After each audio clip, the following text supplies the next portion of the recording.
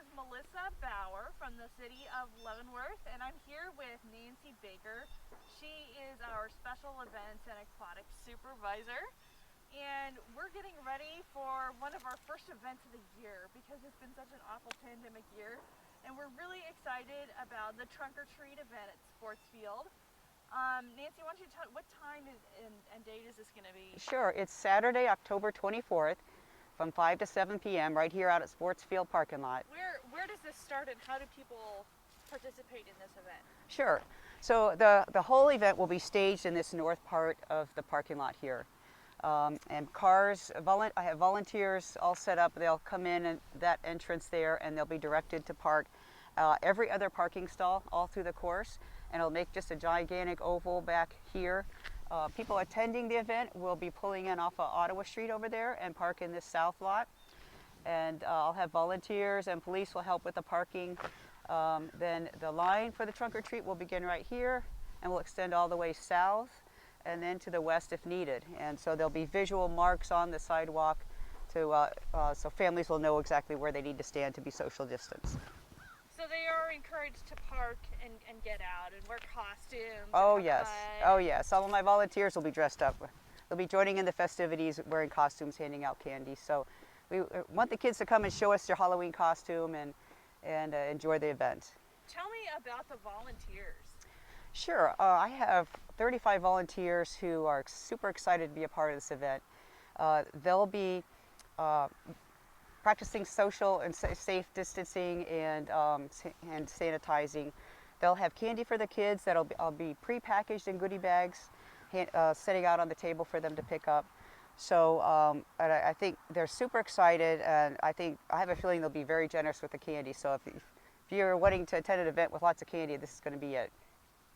And I was so excited to hear you maxed out the number of volunteers. And they're not just volunteers, I should say. Some of them are local businesses, organizations that offer various services for children. Absolutely. Yeah, I would say a good 2/3 of all the volunteers are just like you said, our local businesses and nonprofit organizations that want to be a part of this event and giving back to Leavenworth families.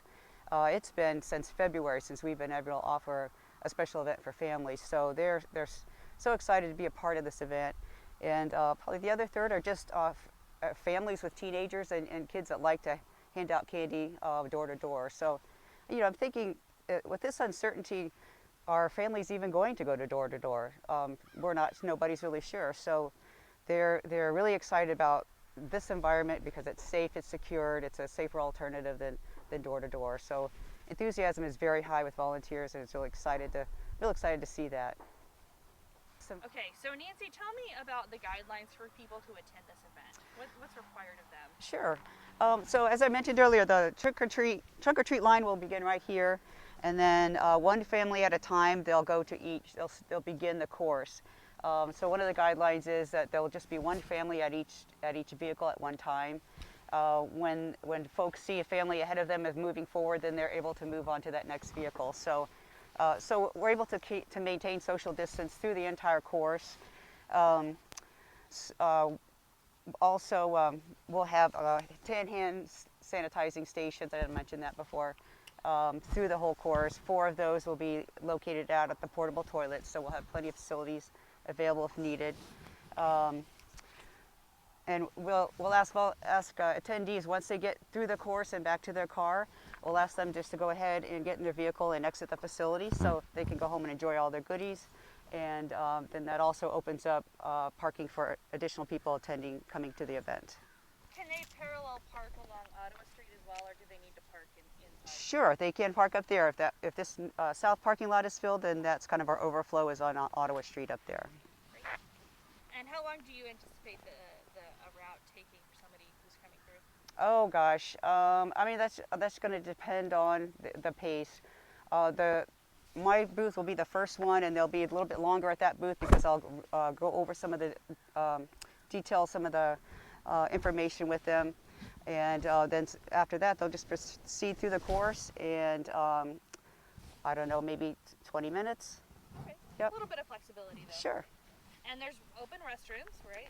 There'll be 4 portable toilets set around through the whole course.